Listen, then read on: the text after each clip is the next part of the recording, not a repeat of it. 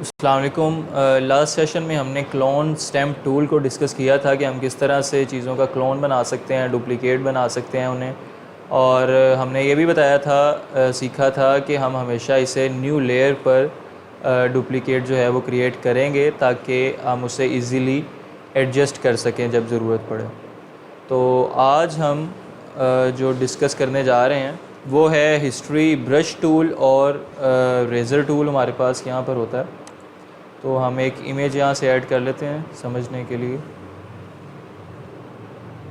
अच्छा, अब जो इसमें से इतना हिस्सा है ये मैं सिलेक्ट कर रहा हूँ सिलेक्शन टूल से, और कंट्रोल जे से इसकी कॉपी कर लूँगा, यानी न्यू लेयर में बना दूँगा इसे मैं। ये देखें इसकी यहाँ पर न्यू लेयर जो है वो ऐड हो गई है एक तरह से। अब मैं मूव टूल से इसको मूव भी कर सकता हूँ, जो कि पहले नहीं हो सकता था। ये देखें ये डुप्लिकेट लेयर थी क्योंकि। अब मैं कंट्रोल टी से इसे ट्रांसफॉर्म कर रहा हूँ, और अब मैं राइट क्लिक करके इसे यहाँ से फ्लिप हॉरिजॉन्टल कर लूँगा। ये देखें यहाँ से ये जो है वो फ्लिप हो गई है हॉरिजॉन्टली, और अब मैं एंटर कर दूँगा यहाँ से। ये देखें।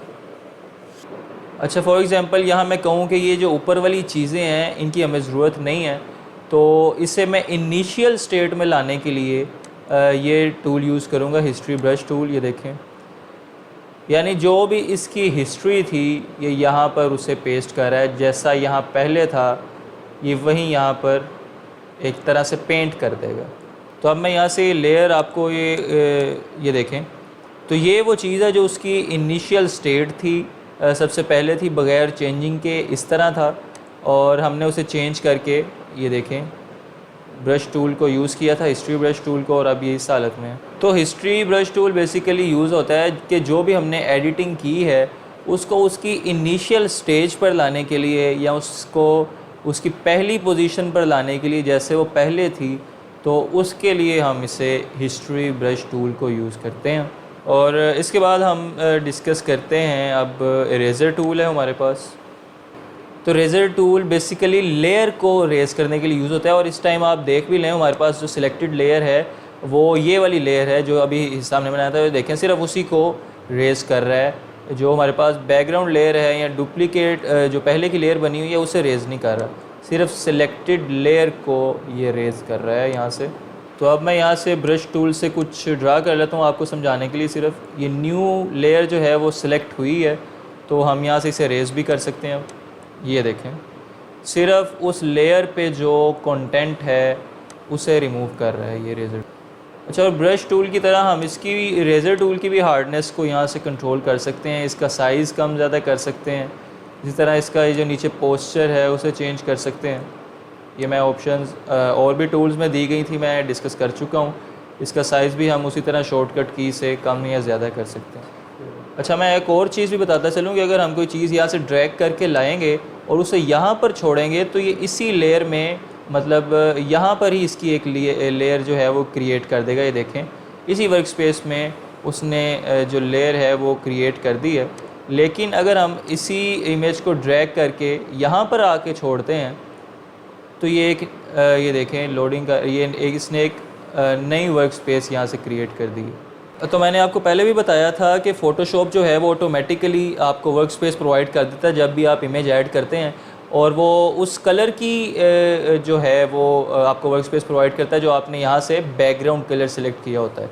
इस टाइम बैकग्राउंड कलर रेड है, तो अगर मैं आगे से इमेज को रेस करता हूँ तो हमारे पास बैक में जो है वो रेड कलर आ जाएगा। ये देखें हमने वाइट नहीं सिलेक्ट किया हुआ, हमने रेड सिलेक्ट किया हुआ है बैकग्राउंड कलर, तो हमें उसने वर्क स्पेस भी रेड कलर की दी है। अब हम आगे से लेयर को रेस कर रहे हैं तो बैकग्राउंड देखें हमारे पास रेड होता जा रहा है।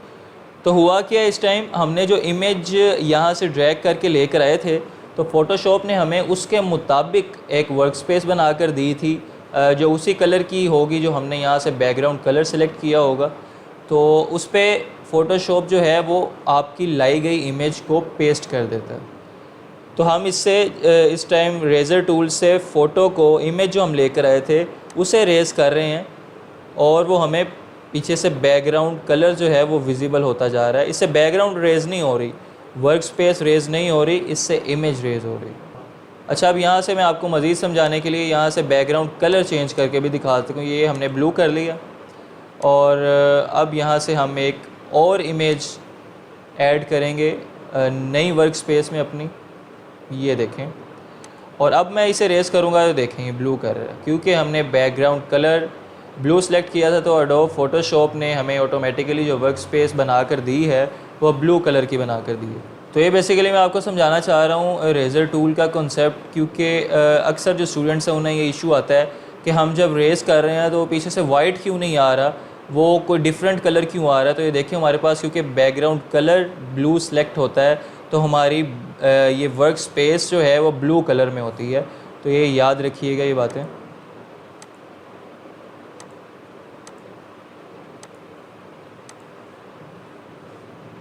अच्छा, तो मैं फिर से बताता चलूँ, ये ऊपर कुछ ऑप्शंस हैं। मुख्तलिफ़ टूल्स में ऑप्शंस ये सेम ही होती हैं आलमोस्ट। यहाँ से हम इन चीज़ों को जो है वो एडिट वगैरह कर सकते हैं। इस टूल को साइज़ बड़ा छोटा भी कर सकते हैं, उसका पोस्चर चेंज कर सकते हैं। अब हमारे पास जो नेक्स्ट टूल है वो बैकग्राउंड इरेज़र टूल होता है। तो उसके लिए हम एक और इमेज यहाँ से ऐड कर लाते हैं, न्यू वर्क स्पेस में खोलें। अच्छा, इस टूल को यूज़ करते हुए आप इस ऑप्शन को हमेशा इनेबल रखेंगे। तो ये आप जो हम इमेज अभी लेकर आए हैं इसमें आप देख सकते हैं बैकग्राउंड सेम कलर की है, सिर्फ एक ही कलर है। तो ये उसे बैकग्राउंड को रेस करने के लिए ये टूल यूज़ होगा। अच्छा, आप इसमें देख सकते हैं कि ये टूल सिर्फ बैकग्राउंड को रेस कर रहा है। ये देखें, ऑब्जेक्ट को रेस नहीं कर रहा, सिर्फ बैकग्राउंड को रेस कर रहा है, क्योंकि इसका नाम भी बैकग्राउंड इरेज़र टूल है।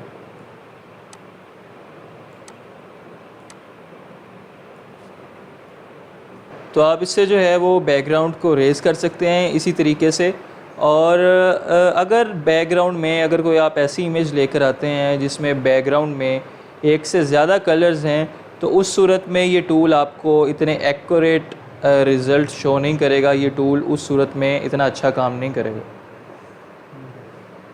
अच्छा, नेक्स्ट टूल है हमारे पास वो मैजिक इरेज़र टूल है। तो ये टूल देखिएगा अगर बैकग्राउंड का कलर सेम है, एक जैसा है, तो इसे रिमूव कर देगा। ये देखें, तो ये हमारे इरेज़र टूल्स थे कुछ जो हमने डिस्कस किए हैं।